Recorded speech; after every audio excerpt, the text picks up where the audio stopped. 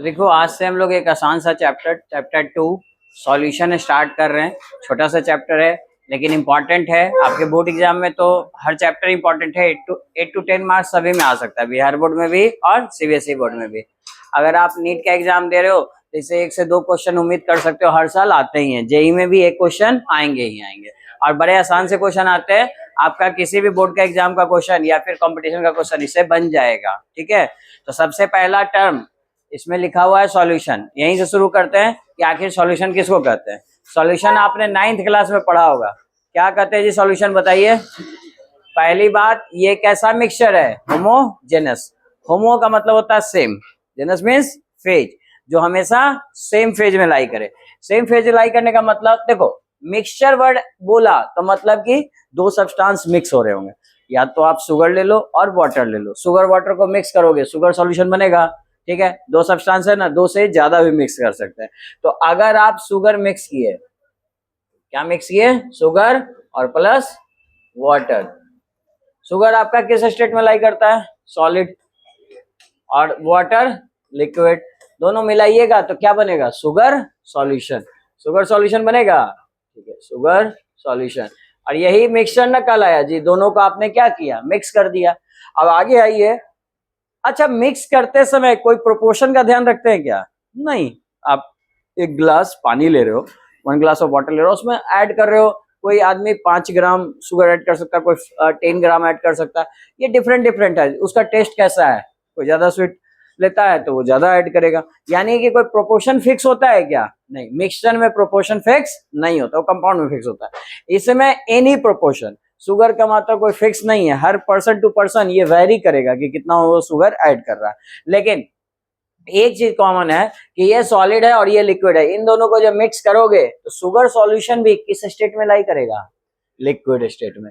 मतलब मैंने कहा कि एक होमोजेनस, होमो मतलब सेम, जेनस मींस फेज। जब आप किसी भी दो सब्सटेंस को मिक्स करोगे, पहले उसका जो भी स्टेट रहा हो, अब दोनों एक ही स्टेट में लाई करेंगे, दोनों एक ही स्टेट में। जैसे शुगर, शुगर आपका क्या है? सॉलिड। और वाटर में आपने क्या किया? शुगर को ऐड कर दिया, तो वाटर था लिक्विड स्टेट। आफ्टर मिक्सिंग दोनों को हमने मिक्स किया है, जो सॉलिड शुगर है तुम्हारे पास, और फिर यहाँ पे हमने शुगर सॉल्यूशन बना लिया। जो इसमें शुगर प्रेजेंट है, मान लो उसको मैं ये ग्रीन कलर से दिखा रहा हूँ। ठीक है, एक बात बताओ, शुगर इसमें मिक्स हो गया, लेकिन ये किस स्टेट में दिखेगा? Same state. यानी कि दोनों अब आपको लिक्विड स्टेट में ही दिखेंगे, कोई अलग से स्टेट दिखेगा नहीं। तो दोनों सेम फेज में आ गए कि नहीं? फेज मतलब स्टेट ही होता है। इसीलिए ऐसे सॉल्यूशन को हम लोग क्या कहते हैं? होमोजेनस। होमोजेनस का मतलब समझे? जो कि क्या रहे? सेम फेज में रहे। कैसा फेज में रहे? सेम फेज में, उसी को हम होमोजेनस कहते हैं। होमो मतलब, जब अब देखिए केमिस्ट्री में जब भी ये वर्ड आएगा होमो तो मतलब सेम, जेनस मींस फेज या स्टेट बोलते हैं बाबू। स्टेट आप जानवे करते हो कौन कौन जी? Solid, liquid, gas. तो इन तीनों में से कोई एक फेज में होगा, और ये किस फेज में लाई करता है? लिक्विड फेज में। तो ऐसे कंपोजिशन को ही क्या कहेंगे? ऐसे मिक्सचर को ही हम क्या कहेंगे? सॉल्यूशन। अगेन इनका एक और बात बताइए। ये तो पहली बात हो गई। दूसरी बात, अब बताओ इनका प्रॉपर्टी क्या होगा? इसका प्रॉपर्टी इस पे डिपेंड कर रहा है। देखो शुगर का प्रॉपर्टी क्या था? Sweet in taste. ये भी क्या लगेगा आपको? Sweet in taste. पूरा सॉल्यूशन ही क्या लगेगा आपको? Sweet in taste. अब बॉटम से यहां से टेस्ट करोगे तो भी कैसा लगेगा? स्वीट। और लास्ट वाला भी कैसा लगेगा? स्वीट। तो इसका मतलब कि through out the solution, through out the mixture, property क्या है? सेम है। तो ऐसे प्रॉपर्टी जब यूनिफॉर्म होगी, कैसी होगी प्रॉपर्टी? यूनिफॉर्म। यूनिफॉर्म मतलब एक समान, कहीं पे भी कोई चेंज नहीं हो। अगर प्रॉपर्टी यूनिफॉर्म होगी तो ऐसे मिक्सचर को भी क्या कहेंगे? सॉल्यूशन। आया बात समझ में? जैसे फॉर एग्जांपल, अगर हम वाटर ले और उसमें ऑयल मिक्स करें, वाटर ले और उसमें क्या मिक्स कर दें? ऑयल। तो ऑयल कहाँ जाएगा? क्या यूनिफॉर्म मिक्स होता है? नहीं, ये उसके ऊपर फ्लोट कर जाता है, ऐसा करता है ना। तो इसको हम सॉल्यूशन नहीं कर सकते, ये हेट्रोजेनस होगा। इसका फेज अलग है, इसका फेज अलग है, दोनों का लेयर अलग है ना। इसमें दोनों को अलग अलग आप डिफाइन कर पाओगे? नहीं कर पाओगे, दोनों सेम मिक्सचर है और दोनों की प्रॉपर्टी भी सेम। यहाँ प्रॉपर्टी अलग अलग होगी। यहाँ तक प्रॉपर्टी की बात करेंगे तो ये ऑयली प्रॉपर्टी होगा, वाटर का अपना प्रॉपर्टी होगा। दोनों अलग अलग प्रॉपर्टी शो कर रहे हैं कि नहीं? ये हेट्रोजेनस मिक्सचर आता है, जो 10th क्लास में, 9th क्लास में पढ़े होगे, है ना, कि मिक्सचर 2 टाइप का होता है, होमोजेनस और हेट्रोजेनस। बट इन चैप्टर में हम क्या पढ़ेंगे? केवल होमोजेनस मिक्सचर जो कि कौन है, सॉल्यूशन। तो सॉल्यूशन का सिंपल सा डेफिनेशन क्या देंगे, डेफिनेशन देखिए समझिए, रटने की जरूरत नहीं है। It is a mixture of two और मोर कंपाउंड्स, टू और मोर कंपाउंड्स, दो या दो से अधिक कंपाउंड्स मिक्स करेंगे with any proportion, with any proportion, किसी प्रोपोर्शन में मिला दो। 10 ग्राम भी मिलाएंगे तो भी शुगर सॉल्यूशन कहलाएगा, 20 ग्राम भी मिलाएंगे, कोई 100 ग्राम मिला दिया तो भी शुगर सॉल्यूशन। एंड हैविंग, उसका क्या होगा जी, having same phase and uniform property, उसकी प्रॉपर्टी भी क्या होगी, सेम। और ऐसे ही मिक्सचर को हम क्या कहेंगे, सॉल्यूशन। समझ में आया सॉल्यूशन सिंपल वर्डों में? तो लिखो सॉल्यूशन क्या होगा, it is a homogeneous mixture, homogeneous mixture. कैसा मिक्सचर है जी ये, होमोजेनस, किसका, होमोजेनस मिक्सचर ऑफ टू और मोर कंपोनेंट, टू और मोर कंपोनेंट, और मोर कंपोनेंट, टू और मोर कंपोनेंट इन एनी प्रोपोर्शन। क्या कोई प्रोपोर्शन फिक्स होता है क्या इसका, नहीं, in any proportion, having, comma देके लिख लो, हैविंग क्या सेम होगा जिसका, हैविंग, ये डेफिनेशन में लिख रहा हूं यहां से, हाँ, हैविंग बताओ, same phase and uniform property. तो लिखिए having same phase and uniform property, property एक समान होगा, कहीं पे भी चेंज नहीं होगा, उसी को हम क्या बोलेंगे, वैसे सॉल्यूशन को क्या बोलेंगे, वैसे मिक्सचर को क्या बोलेंगे, सॉल्यूशन। जैसे बच्चे अगर स्कूल में भी, जैसे आप लोग भी यहाँ यूनिफॉर्म आप लोग का सेम है, तो समझ में आ रहा है ना कि हाँ सब जीवीएम के स्टूडेंट है। या फिर कोई स्कूल में भी आप लोग जब बचपन में जाते थे तो यूनिफॉर्म सबकी क्या होती थी, सेम, तो इसे पहचान में आ जाता है कि हाँ इस स्कूल का बच्चा सब है, स्टूडेंट है, ठीक है। तो ये यूनिफॉर्म इसीलिए रखा जाता, तो यहाँ पे भी प्रॉपर्टी इनकी क्या आएगी, सेम, और इन्हीं को हम कहेंगे सॉल्यूशन। कोई दिक्कत किसी को सॉल्यूशन में, नहीं ना? आप इसका डेफिनेशन लिख लो, ये चाहो तो ये भी ड्रॉ कर लो यहाँ पे,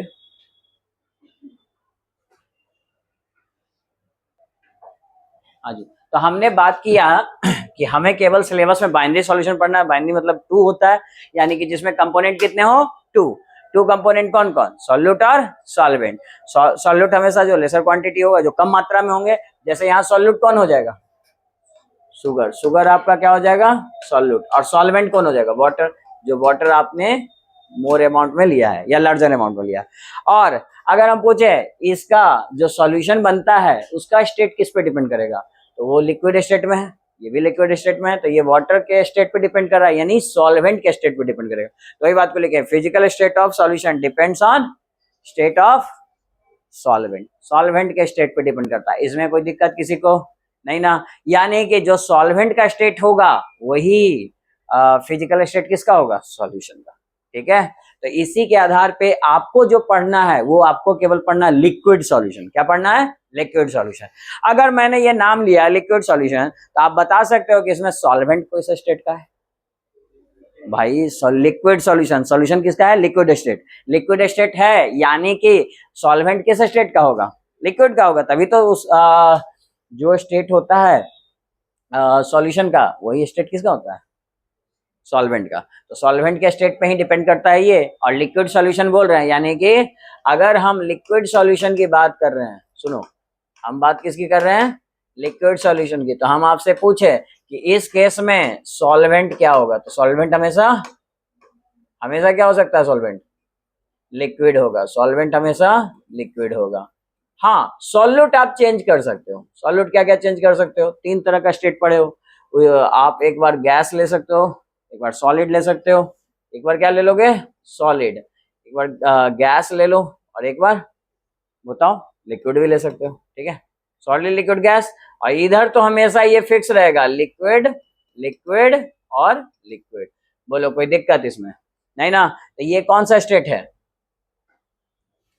ये है आपका लिक्विड सॉल्यूशन। और आपके सिलेबस में जो आपको केवल पढ़ना है वो कौन सा सॉल्यूशन पढ़ना है, लिक्विड सॉल्यूशन, इतना ही पढ़ना है बाबू, ठीक है। लेकिन इसके अलावा भी थोड़ा जानिए, जैसा मान लीजिए हम बोल दिए आपसे क्या कि सॉल्यूशन में मेरा सॉलिड है, कैसा है, सॉलिड सॉल्यूशन। तो हम आपसे पूछे कि अगर सॉलिड सॉल्यूशन है तो मेरा सॉल्वेंट क्या होगा, बताइए, सॉल्वेंट का स्टेट क्या होगा, सॉलिड होगा कि नहीं होगा, तो सॉल्वेंट का स्टेट तो चलो ठीक है, सॉलिड हो गया, लेकिन सॉल्यूट क्या हो सकता है, चेंज हो सकता है। किस किस में चेंज करेगा बताइए। सॉल्यूट, सॉल्यूट आप बोल सकते हो सॉलिड हो सकता है, और क्या हो सकता है, लिक्विड हो सकता है, और बताइए गैस हो सकता है। बोलो कोई दिक्कत, ये समझ में आया। ठीक है, इसके बगल में हम इसका एग्जाम्पल भी लिखेंगे। एग्जाम्पल लिखने हैं आपको, एग्जाम्पल ये आप लिखेंगे, ठीक है, हम आपकी मदद करेंगे अगर आपको दिक्कत है तो, लेकिन फिलहाल आप लिखिए पहले। अच्छा, एक और सॉल्यूशन बन सकता है जो आप बता सकते हो, बोलो जल्दी से, कौन सा सॉल्यूशन। एक और स्टेट बच रहा है ना, गैस। तो गैस का भी सॉल्यूशन बन सकता है कि नहीं। तो इस केस में बताइए सॉल्वेंट कौन होंगे, सॉल्वेंट कौन होंगे, गैस, गैस और हाँ, सॉल्यूट कौन होंगे, सॉलिड, लिक्विड, गैस। चलिए ये लाइन हम खींच देते हैं, नहीं, सॉलिड, लिक्विड और लास्ट में फिर से गैस, और इसके बगल में इसके क्या लिखना है, एग्जाम्पल्स। तो चलिए तो जल्दी से सबके एग्जाम्पल आप लिखिए। 9 टाइप्स के डिफरेंट सॉल्यूशन हो सकते हैं, लेकिन हमें पढ़ना है केवल लिक्विड सॉल्यूशन। बट यहाँ पे मैं जानबूझ के इस सब का आपको एग्जाम्पल लिखवा रहा हूँ, क्योंकि नीट 2024 में ये क्वेश्चन पूछा है, ठीक है, 24 या 25 में, अभी करवाते हैं। तो जल्दी से आप लिखिए, टेबल बनाइए, और बगल में जितने एग्जाम्पल्स आपको याद हैं या आप लिख सकते हो, याद क्या है, लिखना है, सोच के लिखिए, अपने आसपास आप देखते हो इस सब सॉल्यूशन को, ठीक है। तो जल्दी से फिल कीजिए। नहीं, लैंग्वेज नहीं, एग्जाम्पल्स लिखना है। देखिए, सॉलिड इन लिक्विड, सीधा सा तो एग्जाम्पल है ये। शुगर क्या है, सॉलिड, और वाटर, तो शुगर वाटर दे सकते हो, यानी शुगर सॉल्यूशन बोल सकते हो। और क्या बोल सकते हो, सॉल्ट सॉल्यूशन, नमक भी क्या है जी, सॉलिड, सॉल्ट सॉल्यूशन, इसके एग्जाम्पल हो सकते हैं। गैस कहाँ देखे हो लिक्विड में, बताओ। कार्बोनेटेड वाटर, यानी जितने कोल्ड ड्रिंक्स है उसमें CO2 गैस फिल रहते हैं, तो आप लोग तो जानते ही हो ये बात। तो कोल्ड ड्रिंक्स लिख सकते हो, यानी कार्बोनेटेड वाटर भी बोल सकते थे, या फिर oxygen dissolve in water, oxygen dissolve in water. Water में ऑक्सीजन डिजोल्व होता है कि नहीं, यस या नो। भाई सारे एक्वेटिक एनिमल्स ऑक्सीजन लेते हैं कि नहीं, कहाँ से लेते हैं, वाटर से ही तो लेते हैं। तो वाटर में ऑक्सीजन गैस, यानी गैस किस में प्रेजेंट है, लिक्विड में, है कि नहीं, ठीक है। चलिए liquid in liquid, liquid in liquid कहाँ देखे हो बताओ। HCl आपका एक लिक्विड है नहीं, एसिड, और एसिड को मिक्स कर दो किसके साथ, वाटर के साथ, तो एसिड मिक्स विद वाटर क्या आएगा, liquid in liquid solution. Liquid में लिक्विड मिक्स हो रहा है। चलिए आइए इसकी बात कीजिए, नेक्स्ट, सॉलिड इन सॉलिड, कोई एग्जांपल बोलो जल्दी से फटाफट। हाँ, मतलब जितने भी एलॉय हैं उसमें सॉलिड एंड सॉलिड होते हैं। जैसे ब्रास में कॉपर जिंक होता है, ब्रॉन्ज में कॉपर टीन होता है, स्टेनलेस स्टील है, बहुत सारे जो हैं वो आप एलॉय कह दो सिंपल भाषा में, एक बोल दो, ठीक है। लिक्विड इन सॉलिड कहाँ देखे हो, लिक्विड कहीं देखे हो सॉलिड में, बताओ। स्पॉन्ज देखे हो, स्पॉन्ज, उसको पानी में डाल दो, उसके अंदर कौन भर गया, सॉलिड, आपका स्पॉन्ज सॉलिड है, और वाटर फिल हो गया तो लिक्विड स्टेट में, यानी क्या बोल सकते हो, water in sponge, water in sponge. हाँ, बहुत सारे एग्जांपल होते हैं, जो तुम लोग बोल रहे हो बिल्कुल सही है, क्योंकि वो भी क्या है ना, जैसे आपका स्पंज, जो स्पंज वाली मिठाई होती है उसमें क्या होता है, सॉलिड होता है, उसके अंदर क्या फिल है ना, चाशनी, तो वो क्या है आपका। चलिए अगला देखिए, water in sponge. Gas in solid, कहीं देखे हो गैस जहां सॉलिड में गैस प्रेजेंट हो, कहां देखे हो आप। देखो मास्क लगाते हो, अभी कोविड के समय में लगाए थे, उसमें बने हुए थे ऑक्सीजन जाने के लिए, तो ऑक्सीजन जो वहां भरा हुआ है किसके अंदर भरा हुआ है, मास्क कैसा है, सॉलिड, ठीक है। तो ये कह सकते हो, ये लेबर लोग को दिया जाता है चारकोल, जो कोयले खदान में काम करते हैं ना, उनको एक मास्क देते हैं, ताकि उसमें जो जहरीली गैस है वो फिल्टर आउट हो जाए। वो फिल्टर आउट किस में हो जाएगा, मास्क में नहीं रह जाएगा, यानी कि चारकोल मास्क में सॉलिड है जिसके अंदर कौन प्रेजेंट है, गैस, यानी गैस प्रेजेंट है, तो इसलिए चारकोल मास्क क्या कहलाएगा, गैस इन सॉलिड। कोई दिक्कत, अगला बताइए, सॉलिड और गैस, सॉलिड प्रेजेंट है गैस में, कहां देखा है बताओ, स्मोक, अरे भाई स्मोक नहीं देखे हो, उसमें डस्ट पार्टिकल्स प्रेजेंट है कि नहीं हमारे एयर में, तो उसी को तो स्मोक कहते हैं, ठीक है। अच्छा, लिक्विड इन गैस क्या होगा, कहाँ गैस, गैस हमारा एयर है, एयर में लिक्विड को प्रेजेंट है क्यों, फॉग, कुहासा लगता है, वो सारा लिक्विड ही तो है, वाटर है, तो कहाँ प्रेजेंट है, एयर में, तो आप क्या बोल सकते हो, फॉग, या ह्यूमिडिटी बोल लो, ह्यूमिडिटी भी क्या होता है यहाँ पर, gas in gas, simple example बोलो जल्दी से, एयर, एयर ऑक्सीजन, ऑक्सीजन में मिक्स है कि नहीं, ऑक्सीजन नाइट्रोजन में मिक्स है ना, तो एयर में तो सभी गैस मिक्स है ही, तो ये एयर भी क्या हो गया, किसका एग्जांपल, गैस सॉल्यूशन का। बोलो कोई दिक्कत इसमें किसी को नहीं ना, ये बात समझ में आ गया, ठीक। अगर इतनी बात समझ में आ गई तो देखो इसके आधार पर क्वेश्चन क्या पूछा है, तो कभी पूछ लिया तो अलग बात है, लेकिन देखिए सुनिए, इसके आधार पे जो क्वेश्चन है वो मैं करवा देता हूं, उसके पहले जरा सा चैप्टर का इंट्रोडक्शन सुन लीजिए कि चैप्टर में पढ़ना क्या क्या है। अब देखिए हमें पढ़ना तो केवल क्या है, लिक्विड सॉल्यूशन, यानी लिक्विड इन लिक्विड। अब बताइए ये लिक्विड्स हैं और इनकी सॉल्युबिलिटी किन फैक्टर पे डिपेंड करेगी, वो हमें पढ़ना है। यानी कि हमारा नेक्स्ट टॉपिक है, देखिए आपके इस चैप्टर में आप क्या क्या पढ़िएगा, आपको मान लो शुगर सॉल्यूशन दिया हुआ, आपको क्या दिया हुआ है, शुगर सॉल्यूशन। अब उसमें शुगर कितना परसेंट है ये पता करना, या सॉल्ट कितना परसेंट है, या HCl कितना परसेंट है, ये हम पता करते हैं, उसी को बोलते हैं कंसंट्रेशन। कंसंट्रेशन मतलब अमाउंट ऑफ सॉल्यूट कितना परसेंट है। तो इसको निकालने के लिए कुछ मेथड पढ़ेंगे, और बेसिकली 6 मेथड पढ़ने, लेकिन 3 बहुत इंपॉर्टेंट है जो आपके सिलेबस में आता रहता है, 11th में भी पढ़े होगे, जिसमें एक नाम सुने होगे मोलालिटी, और दूसरा नाम मोलालिटी, और तीसरा मोल फ्रैक्शन। ये तीनों बहुत ज्यादा इंपॉर्टेंट है इस चैप्टर में, ठीक है। तो एक एक करके हम डिस्कस करेंगे कि कैसे हम निकालते हैं ये सब मेथड, ठीक है।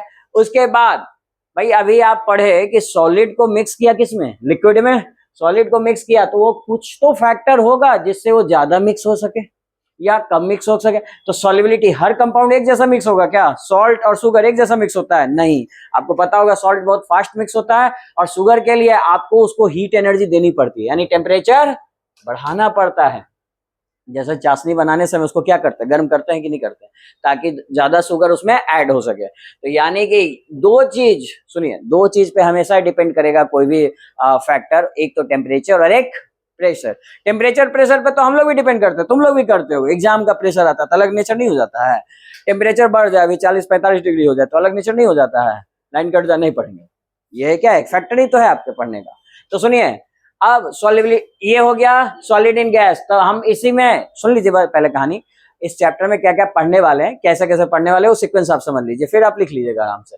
देखिए सॉलिड मिक्स किए लिक्विड में, वो कौन कौन फैक्टर, इसमें कुछ खास नहीं पूछेगा, बस इतना ही, कौन कौन फैक्टर पे डिपेंड करता है, दो है, टेम्परेचर और प्रेशर। उसके बाद बात करते हैं कि गैस इन गैस, तो आप जानिए ऑक्सीजन गैस, CO2 गैस, आखिर कितने मतलब किस कंडीशन में किसमें मिक्स होगा, लिक्विड में यानी वाटर में। तो उसका भी कंडीशन हम पढ़ेंगे, और उसके कंडीशन को एक्सप्लेन किया था एक साइंटिस्ट ने जिसका नाम था हेनरी लॉ। तो इस चैप्टर से हम लोग ये पढ़ेंगे, हेनरी लॉ। अब देखो जब भी लॉ आ जाए तो ये क्वेश्चन 2 मार्क्स के होते हैं। मैं आपको सारे क्वेश्चन अभी भी मार्क करा रहा हूँ, एग्जाम में लिखवाऊंगा, वहां भी बताऊंगा, और वो बताऊंगा साथ में कि कौन से ईयर पूछा भी गया, कितने बार पूछा गया, ये भी बताऊंगा। तो हेनरी लॉ 2 मार्क्स में आ सकता है। कौन कौन से फैक्टर में डिपेंड करता है, यहां से बाबू एक ऑब्जेक्टिव बहुत पूछता है, प्रेशर के बारे में पूछता है, वो टिक कर लीजिए आप लोग। और सुनिए, लिक्विड को जब लिक्विड में मिक्स करेंगे, HCl को वाटर में मिक्स करेंगे, तो इसको एक साइंटिस्ट ने बताया था कि किस फैक्टर पे डिपेंड करेगा, उसको कहेंगे रॉल्स लॉ। अब देखिए इन दोनों का इक्वेशन आता है, लॉ का जब भी आप पढ़िएगा तो डेफिनेशन लिखिएगा प्लस फॉर्मूला लिखिएगा। फॉर्मूला पे इसके क्या आएंगे बाबू, न्यूमेरिकल्स। तो यहां से आपको न्यूमेरिकल्स आते हैं, क्वेश्चंस आएंगे। अरे बात समझ में, क्वेश्चंस कहां से आएंगे। उसके बाद यहाँ पे अगर रॉल्स लॉ की हम बात किए तो थोड़ा सा हम और डिटेल में जाएंगे इसके में। तो इसमें दो तरह के सॉल्यूशन होते हैं, ideal and non ideal solution. ऐसा होगा ही नहीं कि एग्जाम में ये क्वेश्चन नहीं आए, CBSE बोर्ड में 10 साल में 8 बार पूछा हुआ है, अलग अलग तरीके से, कैसे कैसे पूछता है वो तो हम बताएंगे, ठीक है। तो ये क्वेश्चन बहुत ज्यादा पूछेगा, आइडियल और नॉन आइडियल सॉल्यूशन में क्या डिफरेंस है और क्या क्या जो भी है वहां पढ़ेंगे।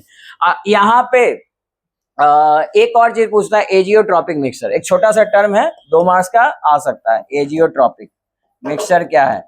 जेई वगैरह में इससे या नीट में इससे ऑब्जेक्टिव क्वेश्चन बहुत आते हैं, किस तरह के आते हैं वो हम बात करेंगे, ठीक है। तो ये हो गया तुम्हारा रॉल्स लॉ का टॉपिक खत्म, ये हाफ चैप्टर कंप्लीट हो गया। इसके बाद हाफ चैप्टर एक और है जिससे क्वेश्चन ना ऐसा हो ही नहीं सकता है, मतलब 90% चांस होता है कि किसी भी कंपटीशन में, बोर्ड एग्जाम में इससे क्वेश्चन जरूर आएगा, जिसका नाम क्या है, क्वालिटेटिव प्रॉपर्टी, क्योंकि ये प्रॉपर्टी के आधार पे 4 टाइप्स के आप पढ़ोगे, 4 प्रॉपर्टी पढ़ोगे, जिसमें एक है तुम्हारा पहला जो है relative lowering of vapour pressure, relative lowering of vapour pressure, of vapour pressure, short में इसको RLVP कहते हैं, ठीक है, शॉर्ट में हम क्या लिखेंगे इसको, RLVP, नाम बड़ा हो गया तो इसको छोटा कर देते हैं, RLVP।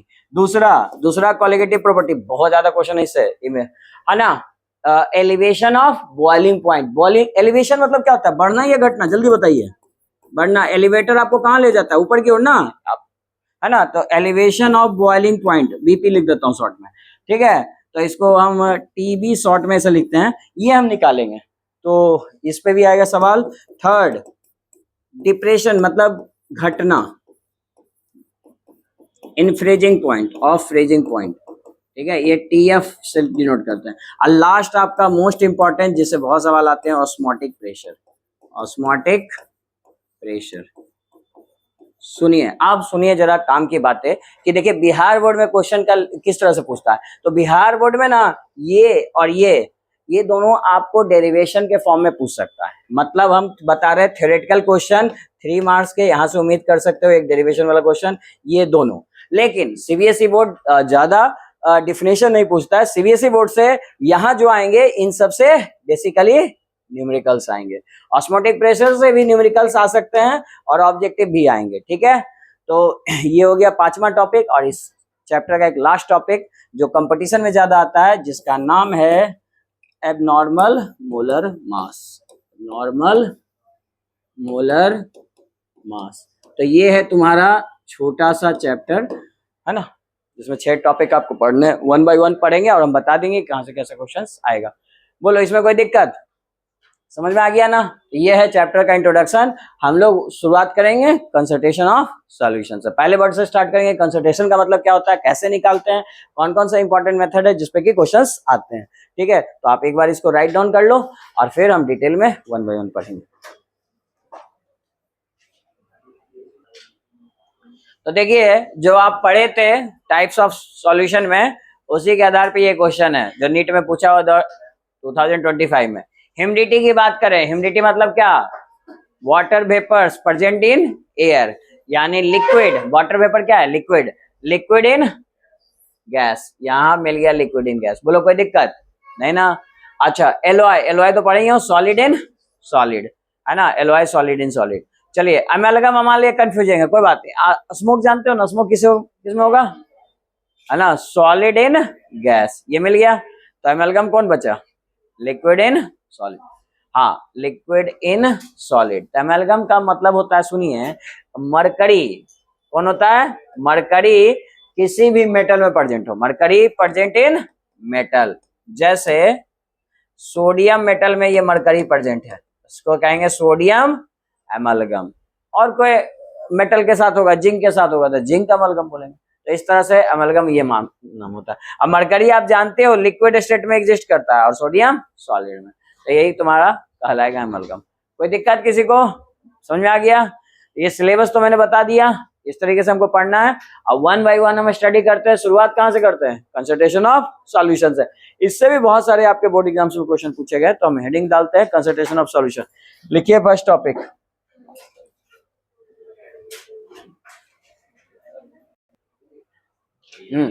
देखिए, तो कंसंट्रेशन ऑफ सॉल्यूशन यही है आपका, amount of solute and solvent in a solution. अब भाई सॉल्यूट की मात्रा और सॉल्वेंट की मात्रा निकालने का मेथड होता है, जिसमें 6 मेथड पढ़ेंगे, 3 छोटे छोटे मेथड है जिन पे ज्यादा क्वेश्चन नहीं आते हैं। एक बार में देख लीजिए, मास परसेंटेज ऑफ सॉल्यूट, मैंने तरीका बताया, जिसका परसेंटेज निकालना उसको ऊपर रखो भाई।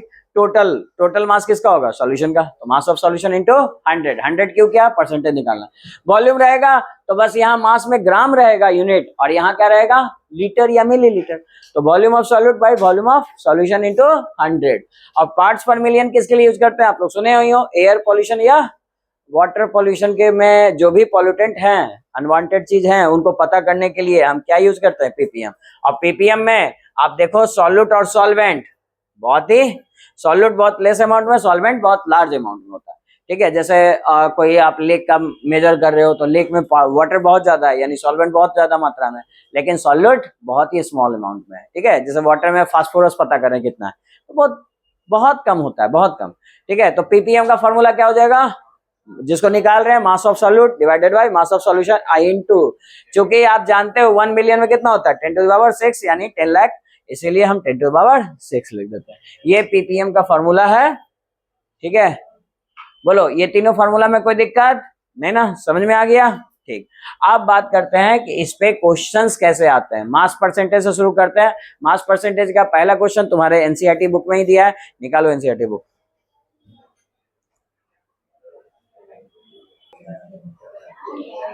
देखिए आपके एनसीईआरटी बुक में एक छोटा सा सवाल है इस पे, मास परसेंटेज पे, जो बहुत आसान सा सवाल है। कैसे पहचानना मास परसेंटेज है, क्योंकि यूनिट क्या है, ग्राम, और इसका भी यूनिट क्या है, ग्राम, यानी मास ऑफ सॉल्यूट भी आपका सॉल्यूट, यानी यही ना सॉल्यूट होगा कम मात्रा में, तो सॉल्यूट भी ग्राम में और ये भी ग्राम में। तो आप मास परसेंटेज ऑफ बेंजीन निकालना था, तो आपको क्या करना, mass of benzene divided by total mass. Total mass क्या करेंगे, दोनों को ऐड कर देंगे, 144 आई इंटू 100।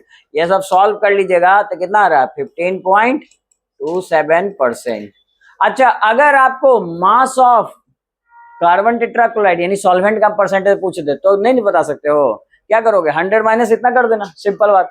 अब फिर से ये कैलकुलेशन करने की जरूरत नहीं है कि भाई 122 बाई 144 इंटू 100, हालांकि वैल्यू सेम आएगा, लेकिन आप 100 से भी घटा दोगे तो आपका आंसर आ जाएगा। कितना आ जाएगा, 84 पॉइंट कितना, 84.73 आएगा ना, इतना परसेंटेज आ जाएगा, आप बाकी निकाल लीजिएगा। ठीक है, बन जाएगा ऐसा सवाल। तो ये सिंपल सा सवाल पूछ सकता है मास परसेंटेज में, जो कि जनरली इतने एग्जाम्स में नहीं आते हैं। हाँ, लेकिन एग्जाम में अगर क्वेश्चन सॉल्व करने आए तो उसके बीच में ये टर्म को समझना बहुत जरूरी है। कौन सा टर्म, देखिए, जैसे आपको कोई क्वेश्चन सॉल्व करने के दौरान मिल गया ऐसा 20% NaOH, 20% W/W ऐसा लिखा रहेगा। W/W का मतलब समझे कि सॉल्यूट भी मास में है और सॉल्वेंट भी मास में। हाँ, 20% W/W NaOH ये दिया रहेगा, तो इस तरह से क्वेश्चन देगा और इससे आपको इंफॉर्मेशन निकालना है। तो इससे हम क्या क्या इंफॉर्मेशन निकाल सकते हैं, सोचिए। तो बताइए, परसेंटेज देगा तो सॉल्यूशन का मास क्या होगा, टोटल मास कितना लोगे, 100 लोगे भाई, टोटल मास कितना लोगे, 100 ही ना। परसेंटेज का मतलब क्या होगा, मास ऑफ NaOH सॉल्यूशन, मान लो ये दिया हुआ है 20% W/W यानी मास परसेंटेज ऑफ सॉल्यूशन। तो मास ऑफ सॉल्यूशन कितना बोलोगे, बोलो 100 ग्राम। अब अगर ये 100 ग्राम है तो एक बात बताओ, मास ऑफ सॉल्यूट कितना होगा, सॉल्यूट कौन होगा इसमें बताओ, मास ऑफ सॉल्यूट, और सॉल्यूट कौन होगा जी, NaOH या वाटर, NaOH, तो NaOH होगा सॉल्यूट। तो हम लिख सकते हैं मास ऑफ सॉल्यूट को W से मास और S फॉर सॉल्यूट। बताओ कितना ग्राम होगा भाई, टोटल 100 ग्राम है और ये 20 ग्राम है, 20% है, तो 20% 100 का कितना हो जाएगा, 80 ग्राम। बोलो कोई दिक्कत। अगर आपसे पूछ दिया mass of solvent, mass of solvent, तो लिख सकते हो कितना आएगा, बोलो मास ऑफ सॉल्वेंट यानी वाटर का मात्रा पूछ रहा है, तो भाई 100 माइनस टोटल से घटा दो और क्या, 80 ग्राम, या इन दोनों को जोड़ दो तो यही तो आ जाएगा। आया बात समझ में। तो यानी ये छोटा सा लाइन अगर कहीं क्वेश्चन में लिखा हुआ है तो उससे आप 3 चीज बता सकते हो, मास ऑफ सॉल्यूशन, ये सब क्वेश्चन करने के दौरान यूज करेंगे, इसलिए ध्यान पूर्वक समझिए अभी से, समझे, और लिखना सीखिए। केमिस्ट्री में क्वेश्चन बड़े आसान है, अगर लैंग्वेज रीड कर लिए और गिवन डाटा लिख लिए, काम खत्म, फिर तो खाली फॉर्मूला पुटेंगे।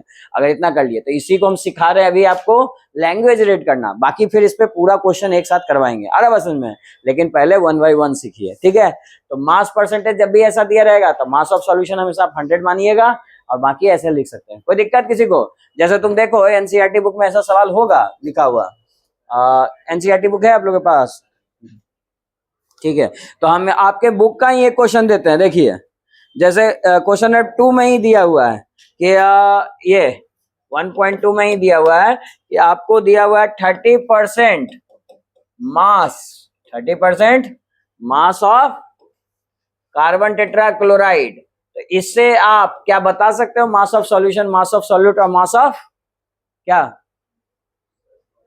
हाँ क्या क्या बता सकते हो, mass of solute, mass of solvent और मास ऑफ सॉल्यूशन। अच्छा ये क्वेश्चन ये भी निकाल सकते थे, या फिर मैं एक और क्वेश्चन आपको देता हूं, यहाँ पे दिया है, चलो इसको कर लो 20%, ये भी कर लो, ये 5 नंबर में है 20% mass by mass, mass by mass को किससे लिखते हैं, डब्ल्यू बाई डब्ल्यू से, एक्वस के आई, एक्वस, एक्वस मतलब समझते हो क्या होता है एक्वस मतलब, वाटर, वाटर प्रेजेंट है किसमें, ये के आई इसमें यानी potassium iodide mix with water. तो इस केस में इस सॉल्यूशन में आप बता सकते हो mass of solution, mass of product, अच्छा दोनों वैल्यू तो सेम ही हो गया जी, निकाल लो फिर भी, चलो लिखो।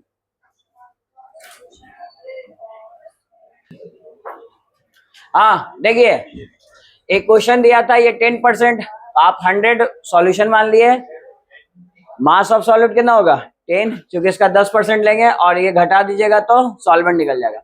नेक्स्ट टर्म है मोलैरिटी, मोलैरिटी सिंपल है, number of moles of solute present in, है ना, पर लीटर ऑफ सॉल्यूशन, पर लीटर यानी वॉल्यूम ऑफ सॉल्यूशन। और इसका यूनिट क्या लिखिएगा बोलिए, मोल पर लीटर। सुनिए ये इसका यूनिट होता है, और ये एग्जाम में बिहार बोर्ड में 2 मार्क्स में पूछा गया है, बिहार बोर्ड पूछ सकता है, सीबीएसई बोर्ड नहीं, ठीक है। आप सुनिए एक बात बताइए, इसके यूनिट पे थोड़े बात करते हैं। तो मोल पर लीटर इसको बोल सकते हो, और यूनिट में क्या लिखा रहेगा, कोई कोई क्वेश्चन में लिखा रहेगा ना 2m, तो इसका मतलब क्या समझोगे, ये कौन दिया हुआ है, किसका वैल्यू दिया हुआ है, 2 मोलरिटी, यानी कि कैपिटल M जहां भी दिखे इसका मतलब क्या दिया हुआ है, मोलरिटी। और इसका यूनिट वो लोग कैसे लिखेगा, सुनिए MOLAR लिख देगा। ये तीनों टर्म अगर आपको क्वेश्चन में कहीं दिया रहे, इसका मतलब क्या दिया हुआ है, एक बगल में ऐसे लिखिए, क्योंकि क्वेश्चन के दौरान ये सब चीजें आपको मिलेंगी, तो एक एक वर्ड को समझिए, इसीलिए कर रहा हूँ, फैमिलियरिटी तभी बनेगी जब समय दोगे। क्लास में तो देते ही हो, क्लास में हम रिवीजन कराएंगे ही, हम लास्ट में पूछेंगे भी, तुम क्या सोच रहे हो अभी क्लास खत्म हो गया, जी नहीं, अभी इसको जितना पढ़ाएं वो रिवाइज करवाएंगे, ठीक है। तो लिखिए बिल्कुल, चलिए लिखिए, हाँ बाकी क्वेश्चन हम अगले क्लास में करते हैं इस पर।